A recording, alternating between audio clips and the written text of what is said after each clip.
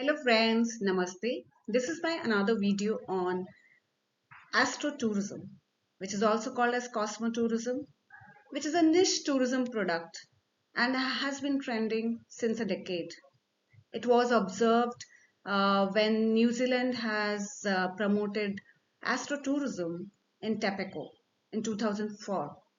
Since then, people are more aware about these activities, but when I talk about this particular tourism was initially started ancient times during civilization, where people had some fantasy, some interest to gaze cosmo celestial objects in sky. Now, as I was talking about to know more about this concept, let me introduce astrotourism as a theoretical concept which says visiting to any natural, especially rural area places, because rural area places have that dark sky nights where one can enjoy the astro tourism related activities where the sky are really dark. There is less light pollution and you can gaze the stars and understand the celestial objects by some guided tours or training programs. So it is with the aid of stargazing activities through telescope, photography, and a lot of cultural activities involved into it. It helps the local people to get job opportunities, plus creating the education awareness activities, helping the local economy, and getting a lot of employment opportunities. So let us talk what are the activities involved into these kind of tourism. Here, the travelers are involved in experiencing the universe, the cosmic uh, beauty through telescope stargazing, where the telescope facility services are made available and the travelers are made understand about how to use the telescope, how to understand the various features of telescope and locate the cosmic body. Astrophotography, those who are interested in photography, they have been given this kind of services. So I just want to focus here the activities involved into astrotourism. So the first slide I told about the attraction. Second part I'm telling you about the activities. And then in activities, cultural tours are also there where more of education plus cultural activities are involved. So it is kind of sustainable practices where conservation, preservation also is being taught as well as practiced in such kind of tourism. Talking about the benefits which we get from this tourism, gazing the stars, is first environmental conservation. So when people are made aware about how to less pollute the places and have more clear dark skies, this will eventually help in conserving the natural places. And people will be more involved and practice sustainable activities. The other thing is, as I said, it's a form of sustainable tourism. It can be also considered as the ecotourism practices where the economy is percolated directly to rural people and there is no leakage. So the rural people are involved into the activities and it doesn't go to the middleman.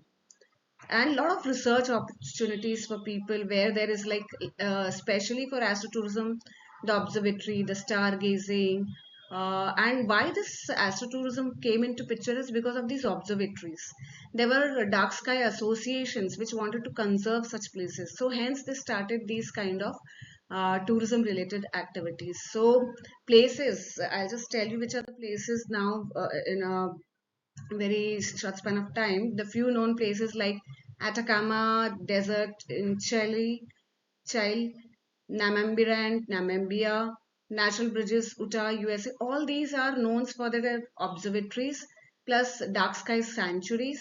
And if you see in Natural Bridges, Utah, USA, it is a certified international dark sky park. Means the association certify these kind of places to have its own astrotourism related activities plus to run their observatories for learning purposes, for research purposes.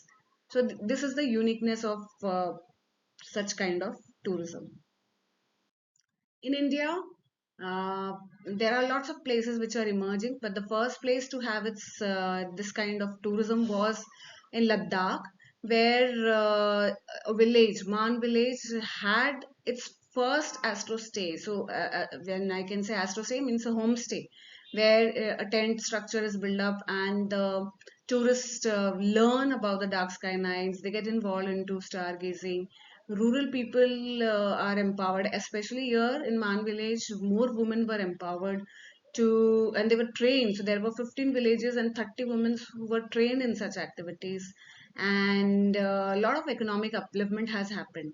And when I talk about places which are known for astrotourism in India, is all places at hill station where there is more of dark sky nights, plus places near beaches, rural areas, and in worldwide, Saudi Arab is emerging as the topmost destination for astrotourism because of, as you know, because of its clear dark sky nights. So challenges are always involved in any form of activities, business activities. And when we talk about in astrotourism, the first thing is light pollution. The more light pollution exists, running of this form of tourism becomes difficult. So in cities, it's a difficult thing to have such kind of tourism. Whereas if you see in this image, in rural areas where there is excellent dark nights, to have this kind of tourism is a superb idea and superb business model. But to maintain it is a big challenge. So pollution, as we know, it's increasing.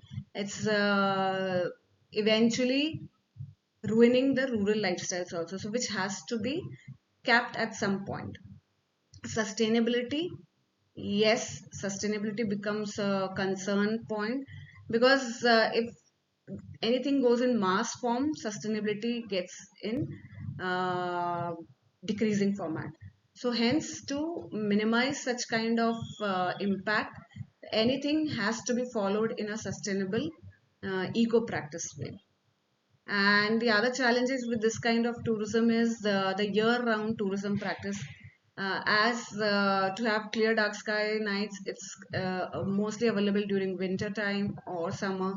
See, monsoon time and other seasonal time, it becomes difficult. So there is a need of bringing in other practices, other activities in such places so that the economy keeps on flowing. Yes, when there is a challenge, there is an opportunity, and the future is always bright. So, as I was saying, the demand of this astrotourism is increasing, and by this year, it has increased to 50%. It is when you compare 2 decades ago.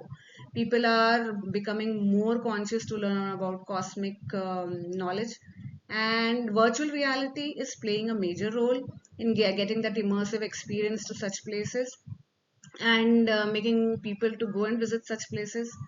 And definitely, if anything which is practiced in a sustainable form will help in conservation. So when people are made aware, educated about practicing things in a better way, we will get some kind of conservation in such places. So I would end my presentation here. Request any suggestions, feedback. Thank you for watching. Do like, share, and subscribe. Bye bye.